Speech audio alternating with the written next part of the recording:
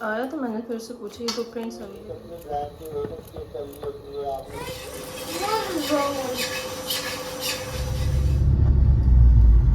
मुझे मैं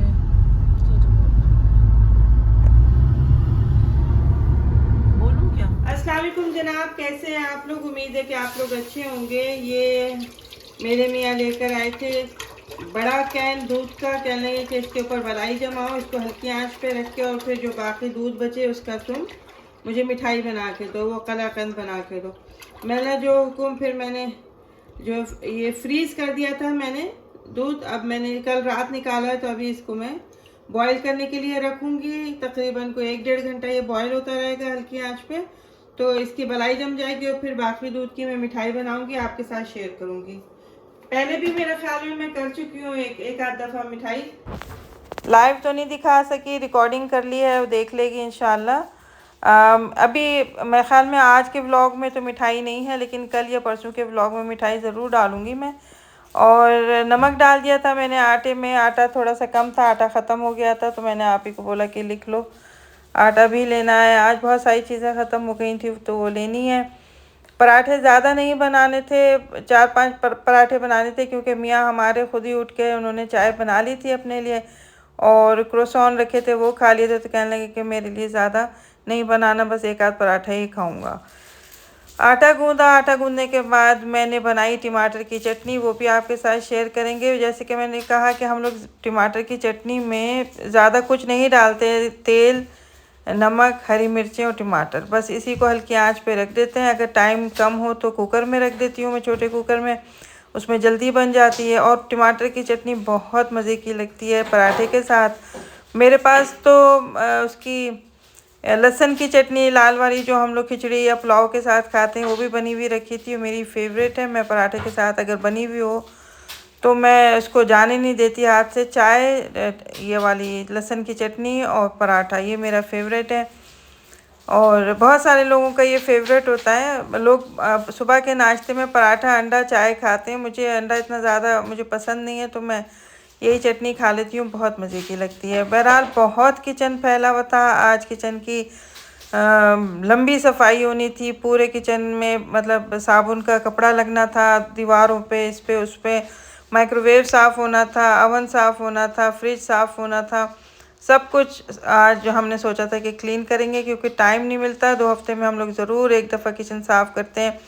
नीचे की कैबिनेट साफ़ करते हैं, ऊपर की, और ये तेल जहाँ हम लोग रखते हैं वो अक्सर जगह चिपचिप हो जाती है, तो वो भी हम लोग जो है वो सर्फ के साथ साफ़ करते हैं, लक्स लिक्विड के साथ, तो वो अच्छे से साफ़ हो जाती है। आपके साथ शेयर करेंगे हम अपने किचन की सफाई।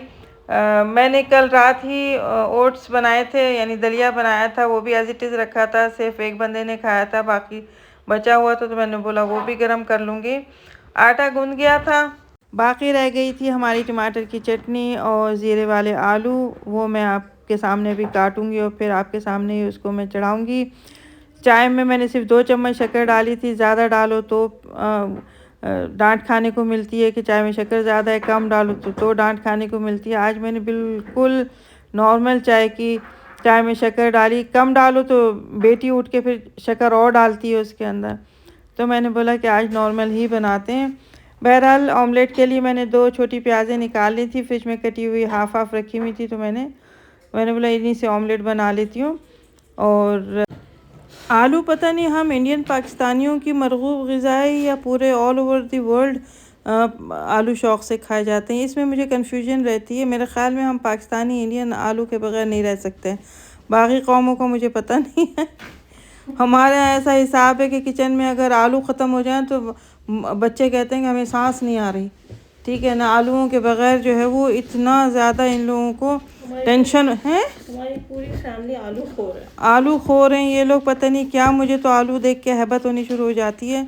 मैं इतना शौक से ये आलू नहीं खाती हैं। मैं खुद आलू शौक से नहीं खाती। नहीं, आप खाती हैं, चिप्स मैं बहुत नहीं शौक से खाती खाती हैं। आलू एक ऐसी चीज़ है ना जिसके बगैर किसी का गुजारा नहीं है, किसी मुल्क का, किसी गांव का, किसी शहर का, किसी का भी गुजारा नहीं है। और मेरी बच्ची का तो है ही नहीं, वो किसी गांव चली जाए, शहर चली जाए या किसी मुल्क में चली जाए, मेरे ख़्याल में अगर उसकी मैं शादी करूं तो जहेज़ में भी उसको 600 किलो आलू दूंगी। अगर वो उनको सेव कर सके, बचा सके तो। बहरहाल ये बन रहा था ऑमलेट। ऑमलेट बड़ा मज़े का बना था, शुक्र है थोड़ा बनाया तो, ज़्यादा होता तो है। मैंने बनाया था ऑमलेट, बाबा ने सिर्फ फ्राई किया था। ठीक है ना, वो उंगली कटवा के शहीदों में नाम लिखवा रहे थे, कहते कि अब मैं आऊँगा क्या इस वीडियो में। मैं लहाद है। अच्छा, वो दूसरे फ़ोन में रह गई, शुक्र है अल्लाह का। ठीक है, और ये ऑमलेट बन गया था। रात को बहन का मैसेज आया कि मुझसे बात करो बॉटम पे। हमने कॉल की तो पता चला वो लोग कराची फेस्टिवल में थे, बहुत इन्जॉय कर रहे थे। उन्होंने तकरीबन कोई 150 से 200 स्टॉल लगाए हुए थे, दुनिया की हर चीज़ थी वहाँ पर, जैसे कि मुझे बहन बता रही है। मैंने तो कभी ज़िंदगी में वहाँ पे किसी फेस्टिवल में नहीं गई, लेकिन इंशाल्लाह नेक्स्ट ईयर ज़रूर जाऊँगी। बता रही थी कि बहुत अच्छा लगा। एक शेफ़ है वहाँ पे महबूब, वो भी थे, उनका स्टॉल भी लगा हुआ था। कह रही थी किसी चीज़ की वहाँ पे कमी नहीं थी। मैं कोशिश करती हूँ कि सर्दियों में पाकिस्तान ना जाऊँ, क्योंकि मुझे इतनी शदीद सर्दी लगती है कि बस मुझे और मेरे अब्बू को सर्दी बहुत ज़्यादा लगती है।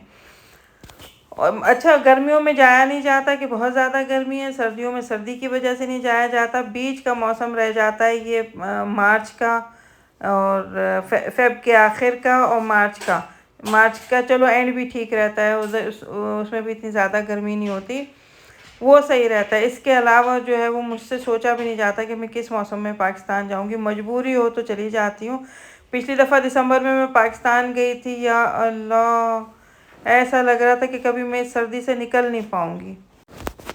आज बेटी मेरी जो है वो फ्रिज साफ़ कर रही थी, तो फ्रिज में से एक हम लोग 2-3 दिन पहले बाज़ार गए थे सब्ज़ी लेने, तो मैं कच्ची हल्दी लेकर आई थी। तो कहने लगी मम्मी ये किस लिए लेकर आई है। मैंने कहा बेटा ये हम इसको बॉईल करके पानी में, जैसे हम लोग चाय पीते हैं, कहवा पीते हैं, तो उस तरह से पियेंगे। क्योंकि मैंने कुछ दिनों पहले एक किताब में पढ़ा था कि हल्दी को, कच्ची हल्दी को बॉईल करके पीने से जो इन्फ्लेमेशन होती है बॉडी में वो भी ख़त्म होती है, और कहीं ज़ख़म हुआ होता है तो वो भी ठीक हो जाता है इससे। क्योंकि हल्दी जो है वो क्या करती है आप ही, एंटी कैंसरस है, और भूलने की बीमारी ख़त्म करती है, हार्ट डिजीज़ ख़त्म करती है। ठीक है, और इसके अलावा इम्यूनिटी मज़बूत करती है, हड्डियों को मज़बूत करती है, दिमाग की जो भूलने की बीमारी होती है वो ख़त्म करती है, और दिमाग की जो जल्दी एजिंग हो रही होती है ना टेंशनों से, इससे उससे, वो भी ख़त्म करती है। और इसके बेइंतहा फ़वाइद हैं, बेइंतहा फ़वाइद हैं। ठीक है, मेरे पास जो इन्फॉर्मेशन थी वो मैं आपके साथ शेयर कर रही हूँ, जो मैंने पढ़ा वो। और अगर आप इसके साथ अदरक मिला लें और थोड़ा सा शहद मिला लें, इसको हैं लेमन मिला लें और इसको बना के रख लें, एक जैसे जैम की खाली शीशी होती है, इस तरह से आपने हल्दी पीस लें। बॉईल करने की ज़रूरत नहीं है, हल्दी को पीस लें। यही जिस तरह जो अदरक के जैसी हल्दी मिलती है बाज़ार में, बहुत मिलती है, यूएई में तो बहुत ज़्यादा मिलती है। आप इसको लेके पीस लें, तकरीबन 4-5 चम्मच। इसके अंदर 4-5 चम्मच ही आप शहद मिला लें, 4-5 चम्मच ही इसके अंदर आप लेमन मिला लें, और एक जैम की शीशी में जो भी खाली शीशी हो जाती है उसके अंदर आप इसको भर के रख दें, फ्रिज में रख दें। ख़राब नहीं होगी, 1-1.5-2 हफ्ते तक आप तकरीबन एक दिन छोड़ के एक दिन पीते रहें, कोई मसला नहीं है। सर्दियों में हम पी सकते हैं, इतनी ज़्यादा गर्म नहीं है। हाँ, गर्मियों में हम हफ्ते में 1 या 2 दफ़ा गर्म पानी में डाला, घोला और पी लिया। कभी कोई ऐसा होता है हमें पता नहीं चल रहा होता, कोई ज़ख़म बन रहा होता है या कुछ भी हो रहा होता है। एक दफ़ा यहाँ पे एक कोईती हॉस्पिटल है, मैं वहाँ पे गई थी, तो उन्होंने, एक लड़की मेरे बराबर में बैठी हुई थी। कोईती हॉस्पिटल में किसी को मेरे ख़्याल में देखने गई थी, ज़ियारत के लिए गए थे हम लोग। तो एक लड़की मेरे पास बैठी हुई थी, मैंने बोला क्यों आई हैं आप, तो कहने लगी मेरे वालिद साहब को पेट में पानी भर जाता है या फेफड़ों में पानी भर जाता है, इसी तरह का कुछ कह रही थी। तो मैंने बोला क्या इलाज कर रही हैं, कहने लगी नहीं इलाज तो एक हकीम साहब ने बताया था कि हल्दी जो है वो बॉईल करके उसका पानी अपने वालिद साहब को पिलाएं, तो वो फेफड़ों के जो ज़ख़म होते हैं या कोई भी वजह होती है वो ठीक होने लगती। कहती है वो अभी हमने स्टार्ट नहीं किया, वो अभी हम करेंगे इंशाल्लाह। अभी तो मैं इधर वालिद साहब के फेफड़ों का पानी निकलवाने के लिए हम लोग इधर आए हुए हैं। तो मैंने कहा कि अच्छा, वो बात मुझे याद रह गई थी, कुछ दिनों पहले ही मैंने एक किताब पढ़ी थी, वालिद साहब की बहुत सारी किताबें मेरे पास मौजूद हैं, तो मैं कभी कबर्ड की सफाई वगैरह कर रही होती हूँ तो सफाई करते करते कोई भी किताब खोल के मैं बैठ जाती हूँ और पढ़ लेती हूँ। तो ये मेरी नज़रों से गुजरा, तो मैं जो हूँ वो मैंने बोला ये याद रखूँ आप लोगों के साथ शेयर करने के लिए। तो ये बहुत अच्छी चीज़ है। और बच्चों को भी अगर हम 1-2 चम्मच रात को सोने से पहले पिला दें तो सीने में बलगम नहीं होता और खांसी ख़त्म होती है। खांसी के लिए हल्दी, एक दफ़ा मोहम्मद को बहुत ज़बरदस्त खांसी हो गई थी और किसी चीज़ से ठीक नहीं हो रही थी, मुझे अच्छे से याद है, ये 1.5-2 साल पुरानी बात मैं आपको बता रही हूँ। हर दवा पिला ली, हर चीज़ कर ली, उसकी ये खांसी नहीं जा रही थी। पता नहीं क्या दिमाग में मेरे आया, रात को मैं उठी तकरीबन कोई 2 या ढाई बजे का टाइम था। इसकी खांसी इस कदर शदीद थी कि मुझे रोना आ रहा था कि ये बच्चा सो नहीं पा रहा। आप यकीन माने, मैं झूठ नहीं बोल रही हूँ। मैं रात को उठी, मेरे फ्रिज में हल्दी रखी हुई थी, यही वाली। मैंने इसको हावन दस्ते में डाला। पहले तो मैंने हावन दस्ता धोया क्योंकि उसमें अदरक लहसुन हम लोग ज़्यादातर जो जल्दी जल्दी कूटना होता है तो जल्दी हम उसमें हावन दस्ते में ही कूट लेते हैं। तो मैंने उसको अच्छे से गर्म पानी से धोया। धोने के बाद मैंने उसमें हल्दी डाली आधे इंच की, मैंने उसके अंदर अदरक डाला और एक काली मिर्च मैंने उसके अंदर डाली, याद है आपको? और मैंने उसको 1 टेबल स्पून पानी उसके अंदर डाला और मैंने उसको कूटना शुरू किया। 2 बज रहे थे रात के, मेरे मियाँ उठ के आके कहने अल्लाह खैर क्या ठोक रहे हो तुम लोग, क्या कोई कील वील ठोक रहे हो? मैंने नहीं, मोहम्मद को बहुत ज़्यादा खांसी है तो मैं सो नहीं पा रही, टेंशन में कि बच्चे को नींद नहीं आ रही इस खांसी की वजह से। तो ये सब मैंने बिल्कुल बारीक पीसा और उसके अंदर जब मैंने पीस लिया तो मैंने उसके अंदर शहद डाला और शहद डाल के मैंने बारीक छन्नी से उसको छाना 1 कप के अंदर और बच्चे को जाके मैंने सिर्फ 1 टेबल स्पून मैंने 15-15 मिनट के वक्फे से उसको पिलाया, 1-1 टेबल स्पून। आप यकीन माने कि वो सुबह 10-11 बजे तक सुकून से सोया है और मेरी आंखों से आंसू थे कि रुक नहीं रहे थे कि बच्चा कितनी तकलीफ़ में था और मेरे दिमाग में ये बात नहीं आई। बहरहाल कुछ भी करने की ज़रूरत नहीं है। अगर बच्चे को खांसी है, आपके पास हल्दी रखी हुई है, आप उसको पीसें। हल्दी नहीं भी है घर में तो अदरक का आधा इंच का आप टुकड़ा पीस लें और 1 काली मिर्च डाल लें आप उसके अंदर।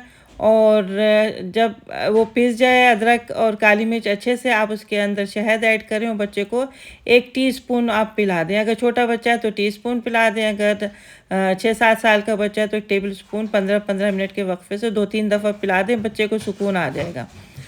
और ये मैं मतलब अपने तजुर्बे की आपको बात बता रही हूँ। किचन की बहुत ज़्यादा सफाई हो रही थी, उलझन हो रही थी क्योंकि तकरीबन 2-2.5 हफ्ते से हमने किचन बिल्कुल साफ़ नहीं किया हुआ था।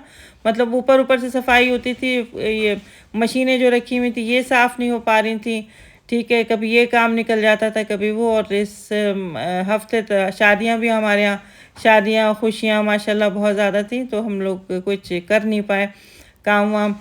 तो आज पूरी ओवरहॉलिंग हो रही है और एक चीज़ रह गई है, वो इंशाल्लाह हम कल करेंगे साफ़। वो है चूल्हे के ऊपर जो इन्होंने एग्जॉस्ट लगाया हुआ था वो करना है क्योंकि उसके ऊपर बहुत ज़्यादा ऑयल आया हुआ है।